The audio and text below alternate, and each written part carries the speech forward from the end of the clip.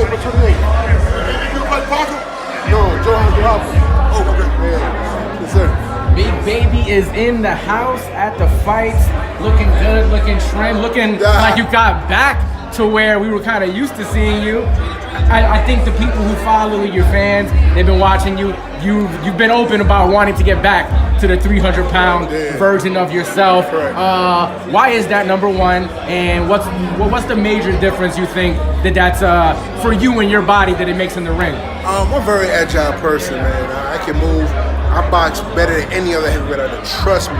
And anybody that sees me in the gym, they know that. The main thing is getting that right number in the real fights. You know, as I've gotten older, I have to put on size, but good size. You know, my last fight, I just didn't do what I wanted to do. I kind of faded into the media and kind of what they wanted to see was losing weight and get smaller. And you can see smaller is not always greater, but you know, it is what it is. You got to give it a try. That's part of boxing, is learning and keep moving. So we definitely know we're not going back down to that size, and I feel great, man. It's going to be a good April 28th. I know you pride yourself on being a heavyweight who throws 80 punches per round. Correct. You know, will the 300-pound Big Baby still be able to keep up those kind of numbers? Yeah, when I fought Washington, I was throwing 70-something punches around, so I don't feel like it's not going to hinder me. I mean, I've been in the gym, I've been training, but I feel like this fight, I'm going to do quality over quantity. You know, I feel like my last two fights, since Gerald Washington fight, the odds were against me. You know, I had limited time to prepare for that fight as well. I was fighting him on Al Heyman card, which is promoted by Al Heyman.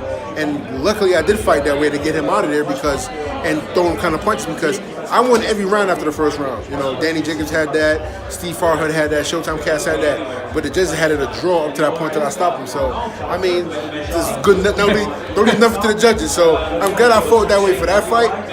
Maurice Walk fight, I just wasn't, I overtrained I think for that fight, and I had an injury in the left elbow. But come April 28th, man, I'm gonna be Big Baby.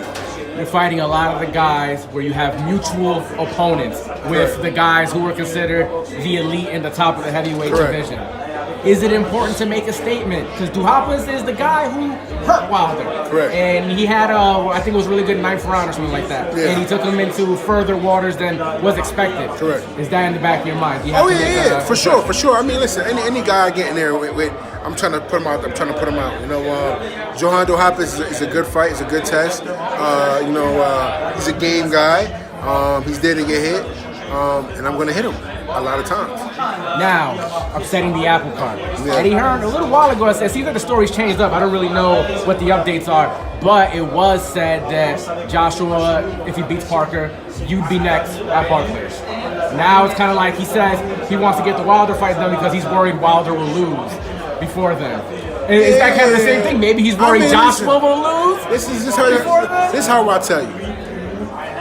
Promoters are always full of shit, bro. Even though I promote myself, I have no fighters under me, and I'm trying to be as real as possible to God and tell them my story, but promoters are full of shit. And Eddie's probably one of the best talkers since Don King in the boxing game.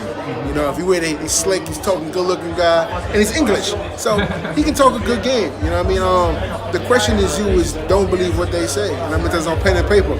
I've never believed what Eddie Hearn says. You know, even though I'm working with him now, I still believe what he says. You know what I mean? So I take it for what it is, and once I see that check, then we gonna talk. You know what I mean? But the fight that you're like the path you're going down though, Anthony Joshua in Barclays? That's the fight that I definitely would love to. I would want, but you look at all things on the table. Deontay fights, big money fight with AJ. Like it's so much money with that fight that sometimes you don't want to get involved with until that fight is over, because they will shit on anything that comes around on that path. Okay. Kind of like how Danny's my man. So you kind of want to wait till the dust settles. Yeah, in some ways I do, because when it's back and forth, there's no actually a straight path. Everybody's talking shit. They're not really saying and get down to the gritty. Hey, can I fight? Listen, no, it's back and forth. And that's how Eddie Hearn done. He made promises to his own fighter, Dylan White.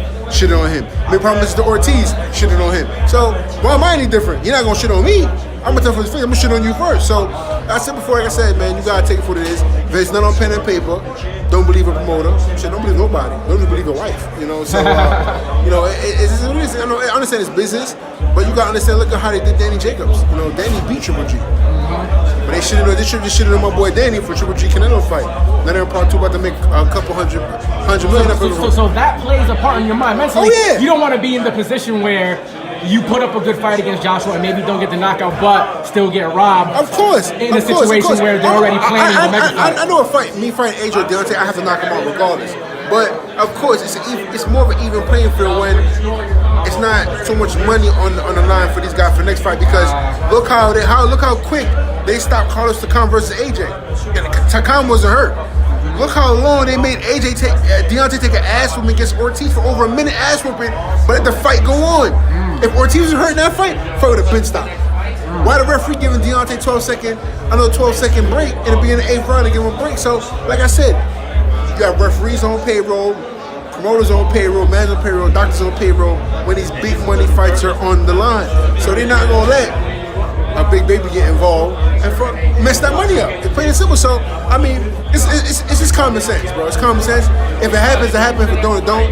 I'd rather that money fight get out the way at this point because too much back and forth talking, and I'm not gonna be nobody's pawn. I'm not gonna be nobody's plaything. Either we gonna beg, we gonna do it like men, and we gonna talk in the contract sign, or you gonna BS and talk. Man, it is what it is. So. Speaking of which, a lot of people are comparing Ortiz Wilder to Joshua Klitschko. Just from a warrior perspective, and your own boxing mind, and knowing who's in primes, who's in this, who's in that, whatever, which was more impressive from just, a standpoint of heart, taking a punch, proving something? Who is the true champion in your eyes? Or I mean, for me, the person for me that took the best shots would be AJ and Vladimir Klitschko. And I'll tell you the reason why was AJ got dropped, got back up. Referee didn't help him in that fight. Vladimir was the one you can blame because he took the foot off the gas, and AJ took took advantage of that. Okay. Plain and simple. Hey, brother. In the Ortiz Wilder fight now, the referee played a big part in that fight, helping Deontay Wilder. The holding on after he was hurt for so long, getting punched around like a dummy in the 7th round. So a lot of things in that fight. So for me, I thought the one that really raised that adversity in that fight was AJ because Deontay was punching Ortiz in the back of the neck too. It's like there's so many factors in the Deontay White fight you can watch. I'm like, damn, this guy's so vulnerable. They're both vulnerable as shit, but Deontay's so much more vulnerable to me because he's not technically sound, and the only thing that's saving him is these referees and his rabbit punches, and his power, of course. But when you step to a dude like that and stay right in his chest, you're gonna hurt him. Have you seen their impressions of each other? Wilder do Joshua's impression and Joshua do Wilder's impression? Well, we all, first of all, Deontay's girl teach him how to dress and probably teach him how to rap and teach him how to spit game on the mic because he sounds like a friggin' mimic, bro. So I mean, AJ one was definitely more funny to me. Say it, speak it, bring it, say it. Let me do an impression of both of them. I'm not trying to be funny. And I'm gonna do it for another day. But AJ one was definitely more authentic of a Deontay, and I don't know, man. I think they're both corny as hell. But Deontay just put on this extra front now, like a little money make these dudes act weird, bro. That's how I see it. All right. Yeah. So can we trust Big Baby to stay true to, Oh, for sure. Listen. Nobody knew I was even here. I come through so when I come through by myself because I just want to chill. I go to fights by myself because my family's rowdy. My people are rowdy. So when people talk about me being rowdy, I'm like, nah, you're not talking about me. Because if I want to make a show, if I want to make a statement, you're gonna know. I'm gonna bring my security. I'm gonna bring my team with me, but I don't need to do all that. I'm chilling, man. I don't need to do all that, man. You know what I mean? Well, now everybody knows. Stand the man.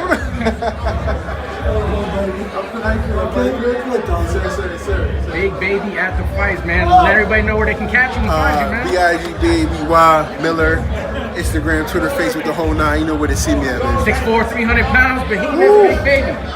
Yeah. It's gonna be fireworks. Don't worry about it. Just wait.